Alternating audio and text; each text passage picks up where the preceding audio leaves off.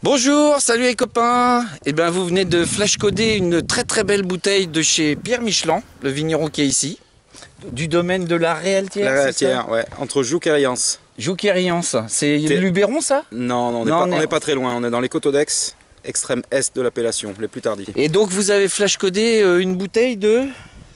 elle est fraîchement née, hein, de Terroyas, c'est un parcellaire de vieux Carignans qui ont plus de 100 ans. Donc un vin très pur qui est fait vinifier En bac et élevé en jarre. En jarre vinaire. Tout à fait. D'accord. En terre cuite. Très bien. Et on va manger quoi avec ça? Je crois tout. Tout? Ouais. Ça va avec tout. Mais accompagné. Accompagné. Ouais. Oui, alors une petite condition, il faut avoir des amis pour boire cette bouteille.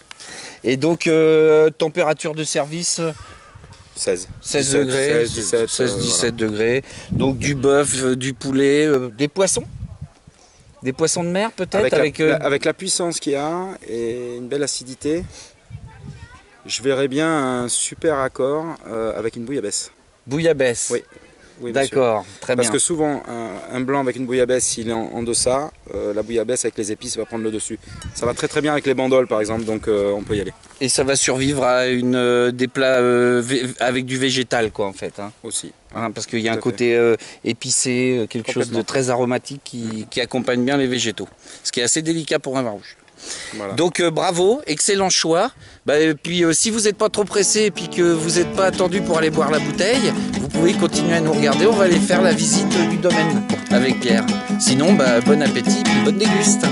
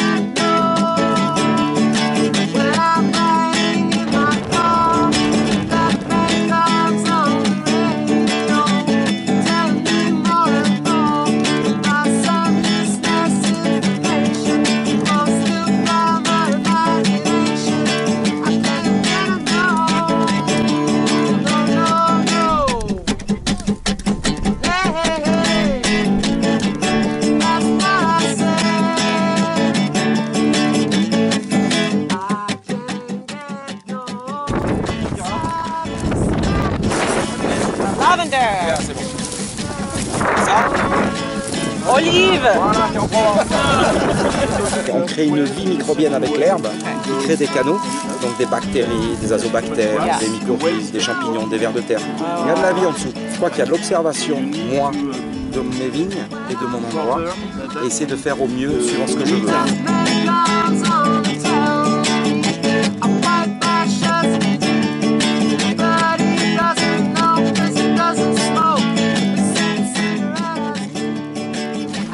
Ouais, ça y est, là, c'est... Et comment tu sais que quand tes syrahs sont bons? Comment tu sais? Qu'est-ce qui va te décider à vendanger maintenant? Goûter. Tu peux pas attendre l'équilibre exceptionnel. C'est impossible. Voilà. Alors ici, tu as les syrahs. Là, on est au milieu devant le domaine. Ouais. Donc ici, tu as les syrahs. Après, plus loin, ça descend. Là, ouais, tu as la grande parcelle qui fait 2 hectares. Et là, tu as les cinceaux qui rentrent dans le pastel. Ensuite, tu as les unis blancs. C'est un peu de la coplantation, mais bien délimité. Ensuite, tu as 4 rangées de Carignans. Les vieux Carignans. Ensuite, tu as ma grande parcelle de 2 hectares de Grenache. Et là, c'est en traditionnel, en gobelet. Et là-bas, on voit le coteau a été un peu travaillé. Qu'est-ce que c'est? Beaucoup travaillé, ah, on lui a fait du mal. On voit une carrière. Là, si tu veux parler de terroir, on l'a bien défoncé le terroir. Mais non, mais c'est pour l'avenir. On a fait des restanques et l'idée, on est plein est là, juste au pied de la colline. Les sols sont plutôt calcaires, avec en dessous de l'argile. Donc l'idée, c'est de mettre des blancs, de par l'orientation. Donc là, on a resculpté un petit peu. Pour l'instant, c'est pas très joli, ça fait un peu carrière, mais une fois que ça va être végétalisé, ça va être magnifique. Voilà, Et là, tu vas mettre combien de bousses de cornes de vache par 120 grammes hectare. Donc je vais faire 6 hectares, 45 litres hectare, donc 270 litres.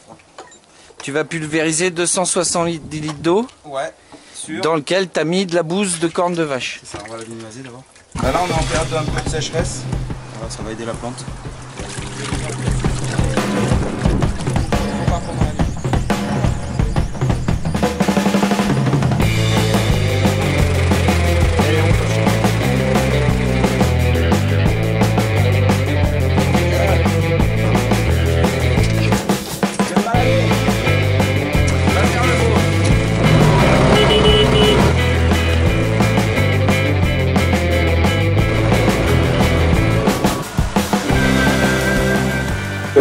On évolue vachement, on se pose pas mal de questions.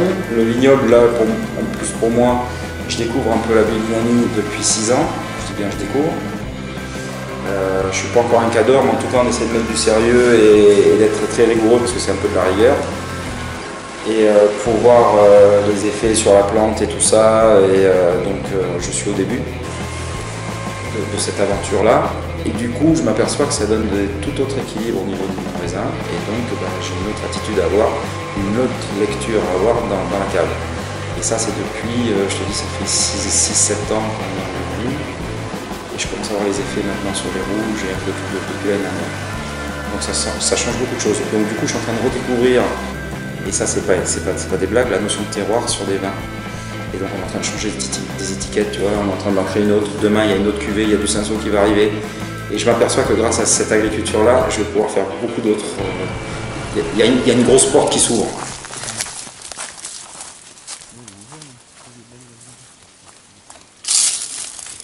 Ça c'est déjà bon. Hein. 2 semaines.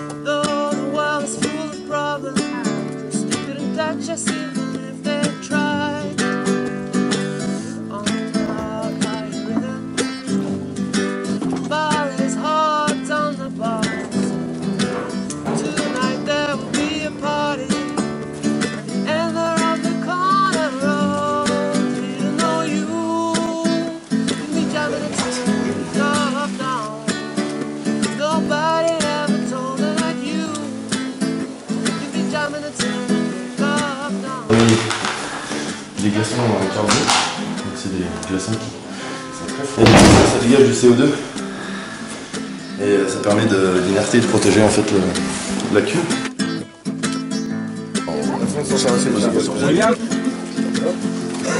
Ouais, mais les premiers seront les derniers.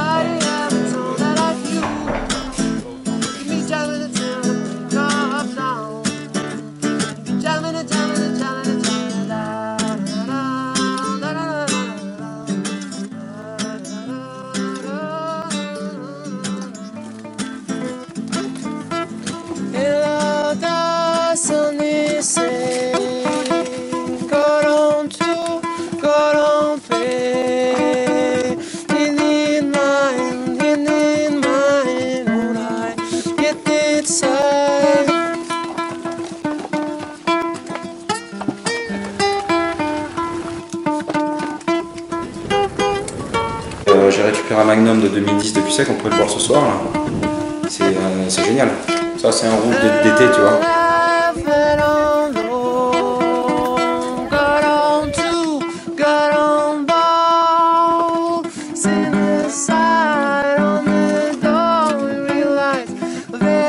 Coucou à la caméra. Alors je suis avec Pierre Michelin du domaine de la Réaltière. Il est en train de me montrer le plus beau domaine du monde. Non, c'est l'endroit le plus beau du monde, juste avant le paradis. C'est-à-dire que le paradis, tu vois, c'est des gros copieurs. Ils ont bu des coups à la Réaltière en fait. Les gars qui ont fait ça. C'est sûr, j'en suis sûr.